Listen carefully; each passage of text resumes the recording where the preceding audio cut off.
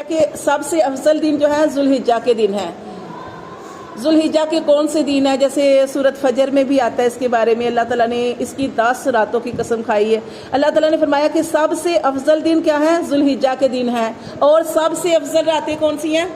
افضل راتیں رمضان المبارک کی، سب سے افضل راتیں جو ہے رمضان المبارک کی راتیں، کیونکہ اس میں طاق راتیں ہیں اور جس میں لیلۃ القدر کو تلاش کیا جاتا ہے۔ لیکن سب سے افضل دن کون سے ہیں؟ ذی الحجہ کے ہیں۔ حضرت عبداللہ بن عباس رضی اللہ تعالیٰ عنہ سے روایت ہے کہ نبی صلی اللہ علیہ وسلم نے ارشاد فرمایا، ان 10 دنوں کے عمل سے زیادہ کسی دن کے عمل میں فضیلت نہیں ہے۔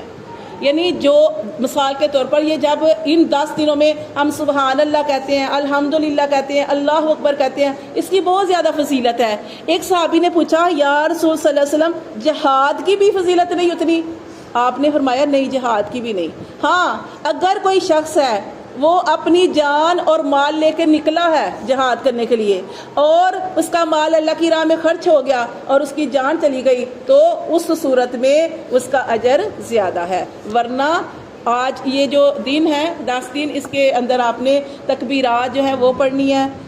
تکبیرات آپ کو آتی ہوں گی، میں نے آپ کو بھیجی بھی ہیں۔ اللہ اکبر، اللہ اکبر، اللہ اکبر، لا الہ الا اللہ واللہ اکبر، اللہ اکبر وللہ الحمد، ٹھیک ہے؟ اور یہ بھی اللہ اکبر، اللہ اکبر، اللہ اکبر کبیرہ، ٹھیک ہے؟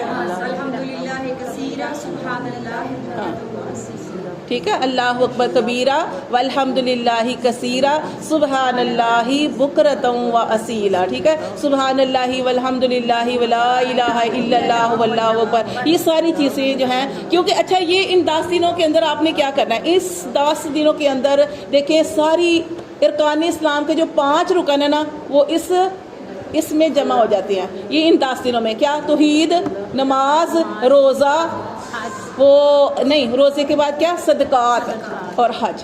یہ 5 عبادتیں جو ہیں، جو ارکان اسلام ہیں ہمارے، وہ اس میں اکٹھے ہو جاتے ہیں۔ لیکن نماز تو فرض ہے، نماز پڑھنی ہے۔ اس کے علاوہ نوافل جتنے مرضی پڑھیں، جیسے وہ کل وہ بات کر رہی تھی کہ ہم توبہ کے نفل تو پڑھیں، توبہ کے نفل، صحت کے لیے نفل پڑھنا چاہتے ہیں، یا اپنے کسی بھی نفل زیادہ سے زیادہ پڑھیں، کثرت کے ساتھ نفل پڑھیں۔ اسی طرح روزے، اس میں روزے بھی ہیں نا، کہ آپ صلی اللہ علیہ وآلہ وسلم نے تو پورے 9 دن کے روزے رکھے ہیں، تو آپ مطلب کہ 2 روزے بھی رکھ سکتے ہیں۔ اور ایک روزے کی فضیلت میں ابھی آپ کو بتاتی ہوں نا، ایک روزے کی، ٹھیک ہے نا؟ تو ہم 2 روزے رکھتے ہیں، اس لیے ایک ہم رکھتے ہیں جب جس دن حج ہوتا ہے وہاں پہ 9 ذی الحجہ، تو یہاں پہ ہماری 9 ذی الحجہ چونکہ اگلے دن ہوتی ہے، تو ہم یہاں پہ 9 ذی الحجہ کا بھی روزہ رکھتے ہیں، کیونکہ علماء کے اختلاف ہے نا کہ کون سا دن، لیکن اس کا مطلب یہ کہ ہم جہاں پہ جس جگہ پہ رہ رہے ہوتے ہیں اس حساب سے اپنا 9 ذی الحجہ کا روزہ جو ہے وہ رکھیں گے۔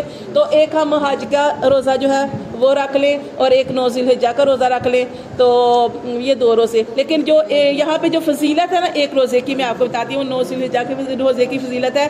سیدنا ابو قتادہ رضی اللہ تعالیٰ عنہ سے روایت ہے کہ رسول صلی اللہ علیہ وآلہ وسلم سے جب یوم عرفہ کے متعلق پوچھا گیا تو آپ صلی اللہ علیہ وسلم نے ارشاد فرمایا کہ یوم عرفہ 9 ذی الحجہ کا روزہ، یوم عرفہ کیا ہے؟ 9 ذی الحجہ کا روزہ، یہ گزشتہ اور 1 سال آنے والا، یعنی 1 سال پہلے اور 1 سال آنے والے، یعنی اس سے گناہ معاف ہوتے ہیں، یعنی 2 سال کے گناہ معاف ہوتے ہیں اس سے، ایک روزہ رکھنے سے 9 ذی الحجہ کا۔ تو ہم سارے تو آپ کو پتہ ہے کہ حج والے دن کا بھی روزہ رکھتے ہیں، تو 9 ذی الحجہ کا بھی روزہ رکھ لیں۔ اگر مطلب جسم کے اندر طاقت نہیں ہے تو آپ بے شک یہ جو حدیث سے ثابت ہے نا 9 ذی الحجہ کا روزہ، اسی کا رکھ لیں گے۔ مطلب اگر 2 روزے نہیں رکھ سکتے، کسی کو کوئی مسئلہ ہے کہ 2 روزے نہیں رکھ سکتا، تو پھر یہ 9 ذی الحجہ کا ہمارا جو روزہ بنے گا وہ حج والے اگلے دن بنے گا، ٹھیک ہے؟ جس دن وہاں پہ عید ہوگی یہاں پہ ہمارا روزہ ہوگا، تو اس طریقے سے ہے۔ تو اور آپ نیت کر لیں، آپ نیت کریں گے تو اللہ تعالیٰ توفیق دیتی ہے۔ جیسے ایک بزرگ تھے نا، ایک بزرگ تھے تو ان کو تہجد پڑھنے کی بڑی عادت تھی، تو ایک دن کیا ہوا کہ ان کی تہجد کی نماز رہ گئی۔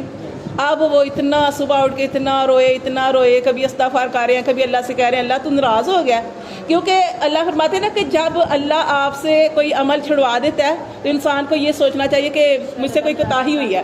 تو ایسے ہی نا وہ بڑا ہی زیادہ انہوں نے اس بات پہ کیا، بڑا روئے، استغفار کرتے رہے، اللہ کو مناتے رہے۔